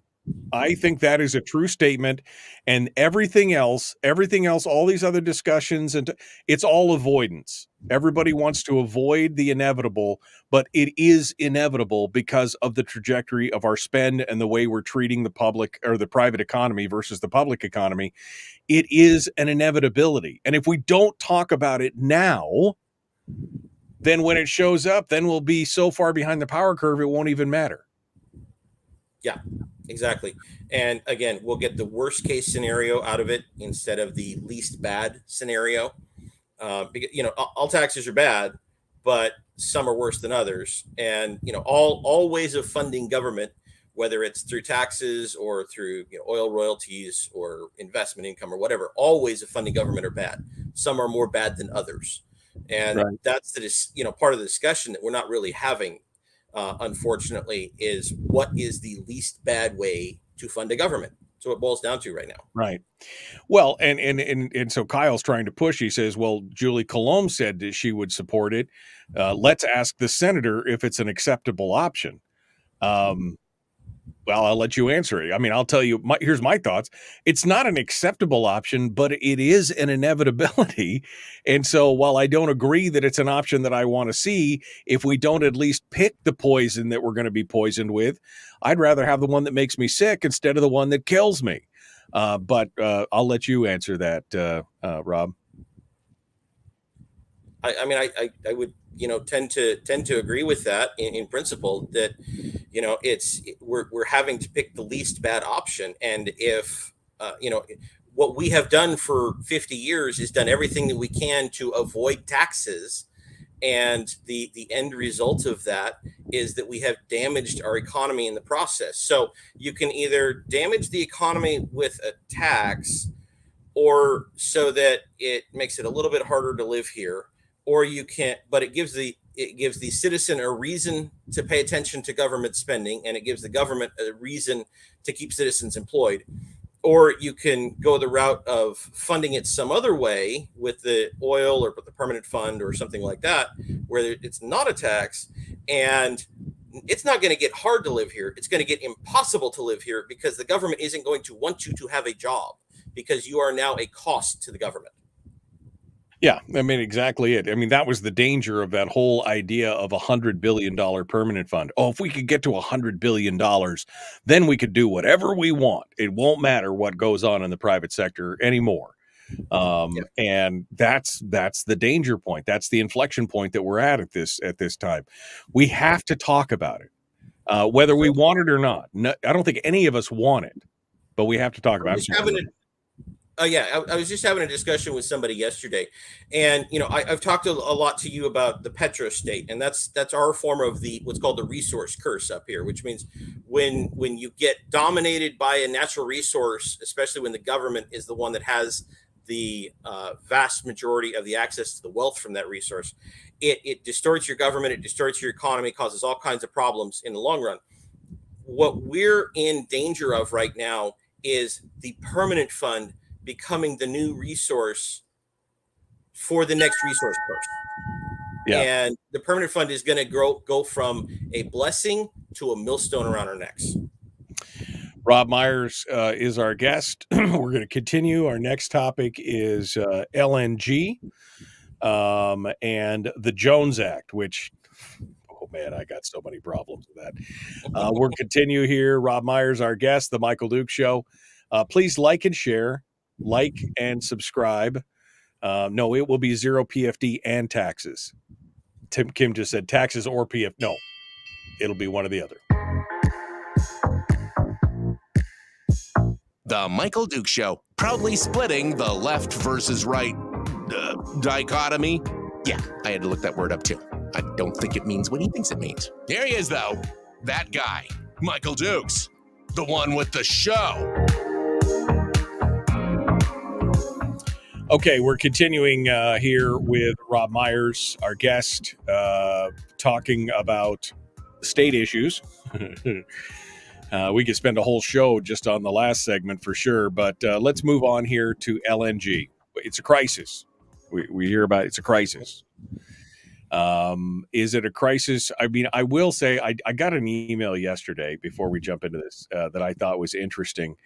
I got an email from a listener who said, I worked in the oil field in Cook Inlet, supplying all the platforms with whatever they needed. He said, I heard from a Hillcorp foreman, and he names the foreman by name, that said that we gave up wells filled with gas in the inlet. He said they are capped and they are ready to pump if they wanted. And he said, maybe you should look into that. And I have made the supposition that possibly this feels like a crisis in the making, right? A manufactured crisis in some ways to try and force the state to pay for exploration that they may not have paid for otherwise. So, I mean, I don't know if that's true or not, but I'm getting a lot of that feeling on this whole issue of natural gas. But we've been ignoring the signs for a long time. And we're so fixated on making sure that we have Alaska gas for what we're doing that we're also ignoring the potentials for alternatives, even if they're short-term alternatives, to try and fix it because of the economics of getting Alaska gas to market. But you are going to talk to us about one of the big wrenches in that monkey works there as far as importing LNG, and that is the Jones Act. So let's talk about LNG and the Jones Act. Right. So, as you've talked about on the show quite a few times over the last 6 months or so, a big part of what we're talking about here is people don't like the idea of imports because they don't like the idea of a place like Alaska that's got all this natural gas having to import natural gas because we can't get the gas that we have to the people that need it. Now, as I think you've mentioned this once or twice. I think we've talked about it. Fairbanks is actually going to be switching around the end of this year from gas coming out of Cook Inlet to LNG being trucked down from the slope this winter. So that and Fairbanks is a pretty small market, compared to Anchorage and the rest of South Central. So that tells me that if you're talking about the capital costs of things like just building the liquefaction plant, things like that, that is not the capital constraint that is our problem here. Now, you may remember back about 2019, there was a group led by Meade Treadwell and a few others that wanted to pull LNG off the slope in tankers and ship it out because we haven't been able to get a pipeline built. So here's one way to get at least some of that gas out, because you currently have about 3 to 4 months a year up on the slope where it's ice free enough to get ships through. Okay. The problem is you can't use that. This kind of came out at the time, but now it's become more of a crisis. The problem is that you can't use that to supply South Central because of the Jones Act. Okay. And just as a reminder to everybody, the Jones Act requires ships to go from U.S. port to U.S. port to be built in the U.S., flagged in the U.S., registered in the U.S., and crewed by, I think it's 75% American citizens. Okay. Here's the problem. There are no American-built LNG tankers. There isn't a shipyard in this country. Not a single one. Zero. Okay. Just a quick Google search told me that 2/3 of the LNG tankers in the world right now are built in South Korea. Now, of course, I'd like things built at home, but you know what? South Koreans are an ally. I don't mind throwing them a little bit of business if it gets us what we need. And so for people that want to see Alaskans burning Alaskan gas, this is one way that we can start talking about that is if we can get Congress to modify the Jones Act, we can ship 3 to 4 tankers off the slope in the summer, store the gas in the Cook Inlet because we've got a lot of storage down there between Hillcorp Wells, Sinksa, and I think there's another facility being built right now. And if that's not enough, if we have another cold snap like we did this past February, where Anchorage is in a tight spot, you're still going to have the spot market available in a pinch to grab a ship coming out of Canada or somewhere else to fill in a gap. We can burn Alaska gas. It can work. It can be economical, but you're going to have to modify the Jones Act in order to get there. Now, the Jones Act was created in the early part of the last century, basically as a protectionist measure for American shipbuilders, because at the time we were very competitive in the shipbuilding market, and it was a way to protect people from undercutting it by buying foreign-built ships. Now, today, we make up almost nothing of the shipbuilding market in the world. We've never built an LNG tanker. And in fact, we build a fraction of what we used to build when the Jones Act was enacted, yet it's still there. Congress has suspended it temporarily multiple times for crises, including the Puerto Rican hurricane and all the other things, because it does nothing but damage. I mean, you can't get gas at Galveston and take it to Florida. You can't take gas from any U.S. port and take it around to another U.S. port because we don't have the ships. It is the dumbest thing that we keep propagating again. And this is the thing. It's become an inevitability. It's like, well, we've always done it this way, so we always need to do it this way. Politicians are arguing about how it's still important. It was built specifically to protect the shipping industry, the shipbuilding industry, which we don't even have anymore. Right, exactly. And, then there's the other version of it, which we ran into, the Passenger Vessel Services Act. Jones Act deals specifically with cargo ships. Passenger Vessel Services Act deals with the other half, which is the passenger ships. And we got an exemption for that from Congress in 2021 to get us a little bit of a cruise industry there in the second half of the summer, because normally all those cruise ships, because of the PVSA, all those cruise ships are built overseas. I think most of them are flagged in Panama. And so they sail them out of Vancouver, BC, so that you're not going from U.S. port to U.S. port. And that way they get around the PVSA. And in 2021, the Canadians said, nope, no cruise ships coming in and out of the country because of COVID. And Alaska is like, hello, what about us? That means we get no cruise industry, even though people want to come here.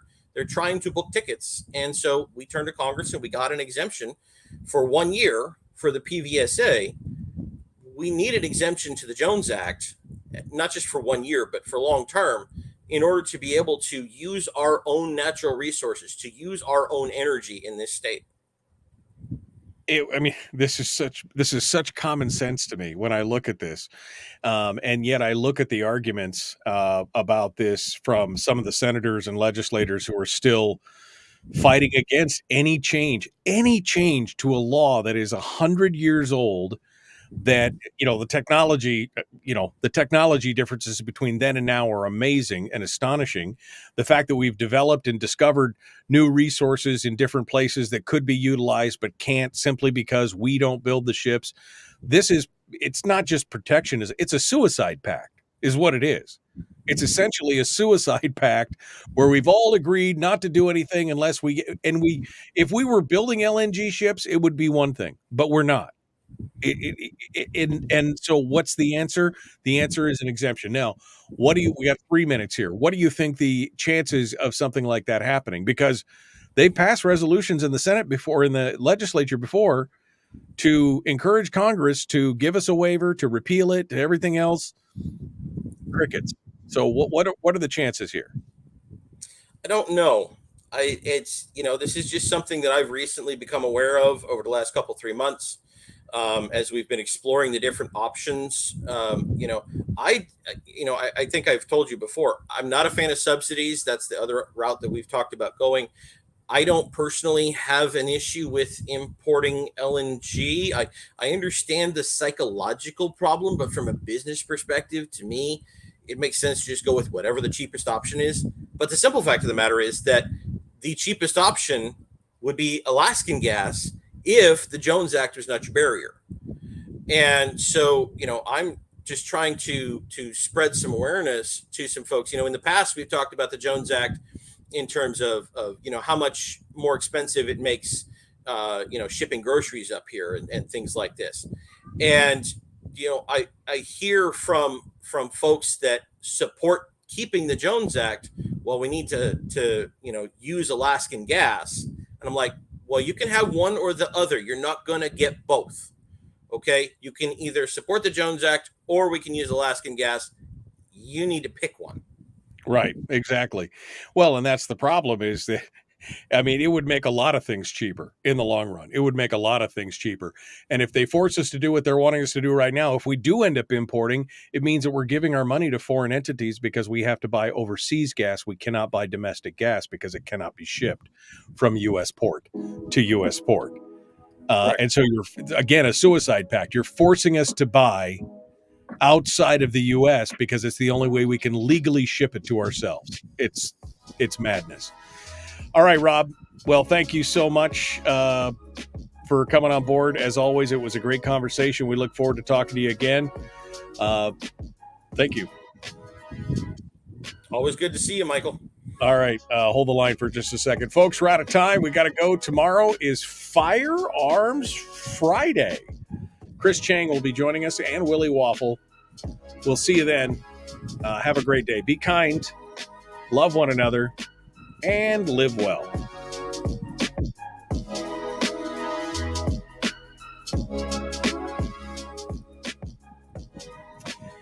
This idea that somehow we would get groceries, that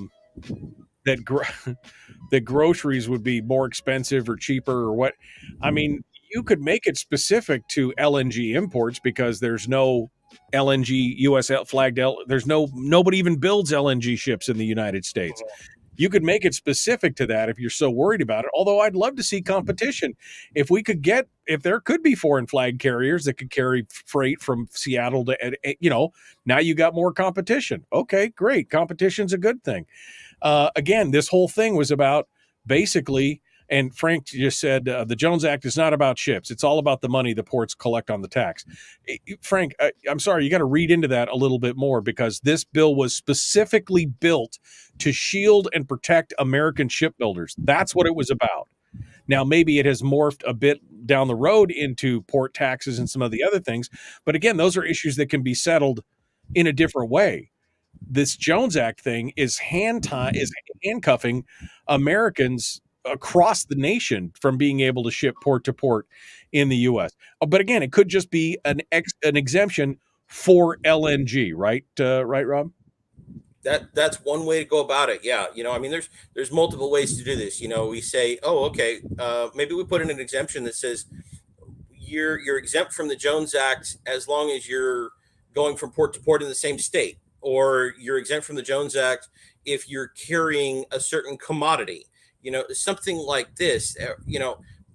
I'm just looking for progress here. I'm looking for ways to solve the problem, getting barriers out of the way, recognizing that there is no such thing as a perfect solution here, that there's the math and business side on the one hand, and there's the political side on the other hand, and the political side isn't going to give us the best business solution, but let's at least make progress in one direction and see how it works. We know that it's one thing to say, hey, the Jones Act is making things more expensive. It's another thing to say the Jones Act is making things impossible. To have a bill that protects one industry, to keep, at least to ostensibly keep that industry within the U.S., is explicitly pushing you to buy more of another product to support another industry outside of the U.S. That's just madness, in my opinion. Even if you believe in using government for protectionism, this particular protectionist piece of legislation is pushing us to support another foreign industry. That's just crazy. Right. Like I said, our ultimate end game in this would be we would have to buy foreign gas from foreign entities and have it shipped up here, which makes no sense when we're sitting on 17 trillion cubic feet of gas. That is the problem right there. It is astonishing. I've been fighting, I haven't really done much except write a few strongly worded letters, but I've been fretting and storming about the Jones Act for 10 years. It's insanity that this law went into effect specifically to protect an industry in America that is no longer, not even dominant. The number is so ridiculously low of how many ships, cargo ships, container ships. It's so ridiculously low that it doesn't even matter anymore. We produce a fraction of a fraction of a fraction of what any other, of the countries that are building these things, whether they're Denmark or South Korea or, wherever they're being built all over the world. And we produced almost nothing. And yet we still have this act, which just ties our hands at every opportunity. And the crazy part is, you can tell how crazy it is because of the lengths in which people go to get around it. So, you saw that one court case here over the last year or two of this place in Maine, because they're taking Alaskan seafood on a non-U.S. flagged vessel, sending it from Alaska all the way through the Panama Canal over there to Eastern Canada, sticking it on a rail line for, 100 yards or something to cross the border into Maine, so that they can now take that seafood and sell it to American customers. And there was this huge hullabaloo over it. Now these guys are having to pay some huge fine. Somebody sent me a link a couple of weeks ago to a case having to do with, I can't remember if it was oil or LNG, one of the two, between Canada and Mexico as well, with putting oil into a pipeline in Mexico in order to get it through a short, half-mile pipeline to put it back into the U.S. And it's like the lengths that we and here's the best part, is that the federal government ruled that one was legal. The little 100-yard rail line, that's illegal. That you can't do that. But a half-a-mile pipeline, no, that's completely legit. I'm like, this makes zero sense, guys. At what point do you say all of these little, perturbations and everything you got to go through to make this all at least appear legal are so crazy that it doesn't make any sense to continue doing this anymore? No, that doesn't mean they're going to stop. Right? It doesn't make any sense, but that doesn't mean they're going to stop. The political, again, it's laden in concrete in our political landscape at this point. It's become so entrenched and so enshrined that you can't There's just no way to. I mean, states that don't even have shipbuilding industries still defend it because their state was one of the original states that supported it, kind of thing, right? Yeah, It's habit force at this point. It is crazy. All right, nice little bit of political and government inertia. It is, and that is the worst thing. Like you said, pointing out some of these other things where the train's no good, the 100 yards of train, but the half mile of pipe is fine. What does it? It gets to the same place. Well, we decided. Okay, government at work. Government at work. That's what it is. All right. Well, Rob, thank you so much for coming on board. As always, my friend, it's educational and entertaining. Sorry to get you up so early after you just got home. Go take a nap, okay? You got my permission. I'll write you a note if I need to or something. Rob needs a nap. My mother-in-law's in town. I'll let her know that. Yeah, I will write her a strongly worded note if I need to. Rob needs a nap. Leave him be. So it'll be good. All right, Robb Myers, thank you so much, my friend. As always, it's good to talk with you. Good to see you, Michael. We'll catch you later. You too, bud. Thanks so much. All right, folks. Well, that does it for me for today. I mean, for this, I got more stuff to do. I wish I could take a nap. I need to go take a nap. Dang it. Now I'm hungry for a nap. All right, we got to go. We will see you guys tomorrow for Firearms Friday. Yes, it's kind of a weird mixture of guns and Hollywood. That's what Frank said. Fridays it's an odd program. It's all about Hollywood and guns. Yes. Who doesn't want to talk about Hollywood and guns? All right, my friends. Let's get back to it tomorrow, okay? 6 a.m. We will see you guys then. Be kind, love one another, live well. The Michael Duke Show, Common Sense, Liberty-Based, Free Thinking Radio.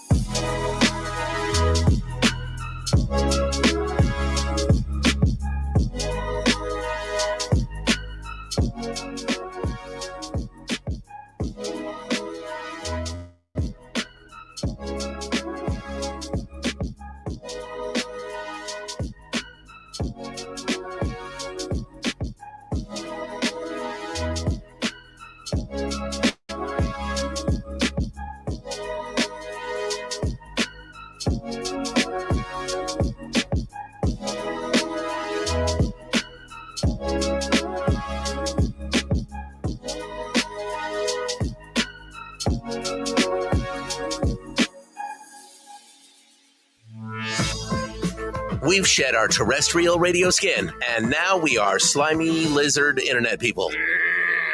It's the Michael Duke Show.